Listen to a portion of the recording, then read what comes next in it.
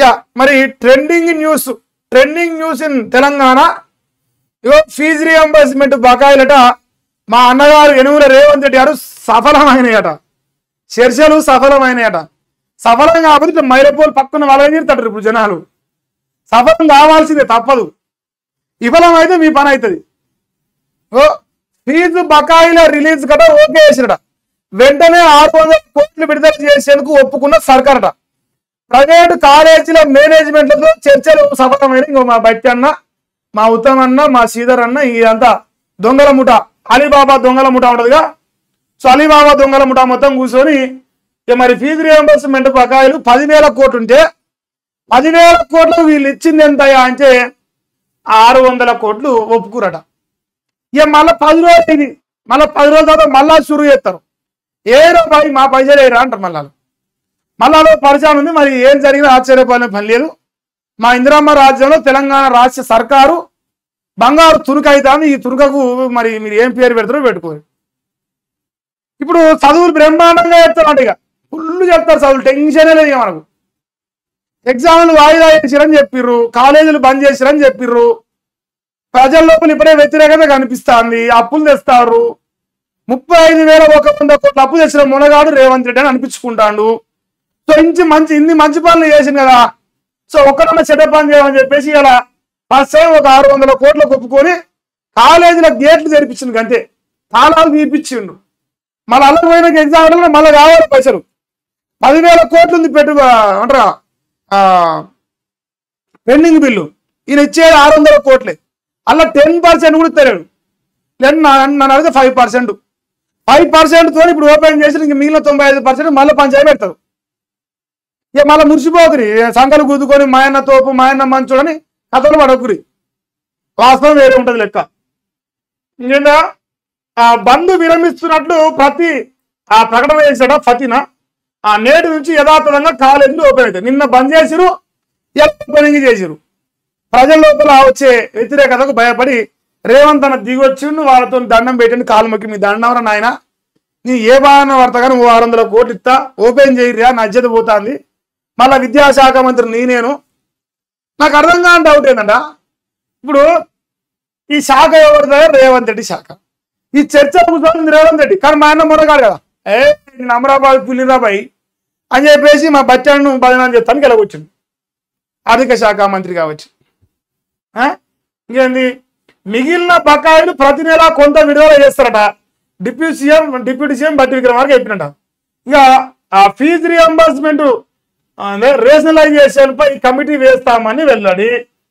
అబ్బా, స్టూడెంట్ల భవిష్యత్తుకు ప్రాధాన్యం ఇవ్వాలి. ఓరే అమ్మ, ఏం భవిష్యత్తుకి ఇచ్చినామే బచ్చన్నా? ఎంతమంది స్టూడెంట్ల భవిష్యత్తుకు మనం ప్రాధాన్యం ఇచ్చినాం? తెలంగాణలో ఈ 10,000 కోట్ల పెండింగ్ ఎందుకున్నది? మనం స్టూడెంట్లకే ప్రాధాన్యత ఇస్తే, వాళ్ళ చదువులకే ప్రాధాన్యత ఇస్తే, వాళ్ళ జీవితాలకే ప్రాధాన్యత ఇస్తే పెండింగ్ ఎందుకు 10,000 కోట్లకు ఉన్నది? ఎందుకు మూసి ప్రక్షాళన మొదలు పడుతుంది? ఎందుకు కమిషన్లు వచ్చే ప్రతి ప్రాజెక్టులో పైసలు వస్తాయి? ఫీజు రియంబర్స్మెంట్ అనేది బ్యాంకు టు బ్యాంకు ట్రాన్స్ఫర్. అలా కాంట్రాక్టర్లు ఉండరు, అలా కమిషన్లు ఉండవు. అందువల్ల 10,000 కోట్లు పెండింగ్ పెట్టరు. విడతగా ఇస్తామంటే ఎప్పుడు ఇస్తారు? మళ్ళా ఓ డేటు ఓ టైము దానికి ఇవ్వాలి కదా. మళ్ళీ 4 రోజులు కదా, మళ్ళీ వాడు సమ్మె అంటాడు, మళ్ళా కాలేజీ నడుపుతాడు, మళ్ళీ సమ్మె అంటాడు, మళ్ళీ పంచాయతీ పెడతాడు. ఇది రేవంత్ రెడ్డి గారి ఇందిరామ రాజ్యం అంటే మరి రాజ్యంలో మన్నువాడ. ఇది మొదల పడదు. ఇక ఫీజు రియంబర్స్మెంట్ విషయంలో తెలంగాణ రాష్ట్ర సర్కారు దున్నపోతు మీద నీరు పోసాడు ప్రవర్తించింది. చివరికి వాడు ఏం చేసింది? చూసిండు కాలేజీ బంద్ పెట్టిండు. తాళం వేసినాక సిగ్గు వచ్చి బతలాడి దండం పెట్టి కాలు మొక్కి ఓపెన్ చేయించింది.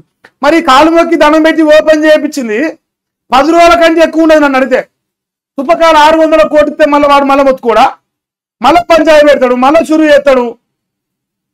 అందుకే ఏమంటానో ఒక సగం ఈరి ఓ 5,000 కోట్లు రిలీజ్ చేయరు, చెన్ను వదిలిపోతుంది. మనము తక్కువమైన ఏం కావు. ఆడ 35,100 కోట్ల అప్పు తెచ్చినాం. 35,100 కోట్ల అప్పు.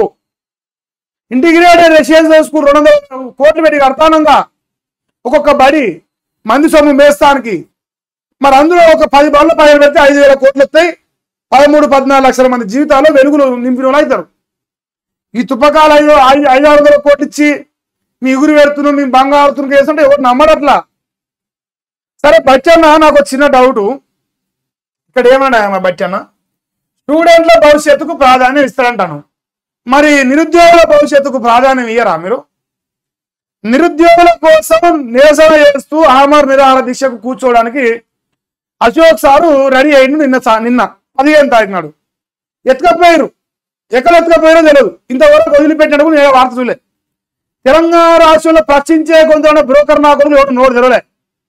ఈ ప్రశ్నించే గొంతులు ఈ పందికోకులు వీళ్ళందరూ రేవంత్ రెడ్డి ఎంగిలి మెతుకులు తినుకుంటా నిరుద్యోగుల ఎమ్మెల్సీలకు గెలిచిన లుచ్చా నా కొడుకులు లుచ్చా పనులు చేసుకుని నిరుద్యోగుని గాలికి వదిలేసారు.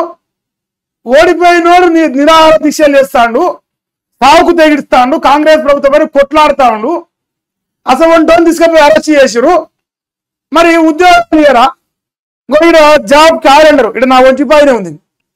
2 లక్షల ఉద్యోగాలు వీకిస్తామని అధికారంలోకి వచ్చారు కదా, మీకు ఉద్యోగాలు వచ్చినాయంటారు ఇవాళ నిరుద్యోగులు.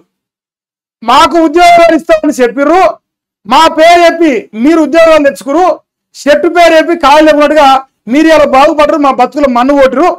మరి 2 లక్షల ఉద్యోగాలు ఏ గార్జన కొరకనారని చెప్పేసి నిరుద్యోగులు అడుగుతా ఉంటే మీరు సపోర్ట్ అయిపోతే దున్నపోతు మీరు నీళ్ళు పోసినట్టే మీరు ప్రవర్తిస్తా ఉంటే మరి నిరుద్యోగుల కోసం ఫైట్ చేస్తా ఉన్న అశోక్ సార్ గారిని అరెస్ట్ చేసి 24 గంటలు దాటింది. కనిపించలేడు, ఏడ ఉన్నాడు ఏదైనా ఊరికి తెలియదు. వాళ్ళ భార్య పిల్లలకు సమాచారం లేదు, స్టూడెంట్లకు సమాచారం లేదు, ప్రజలకు సమాచారం లేదు.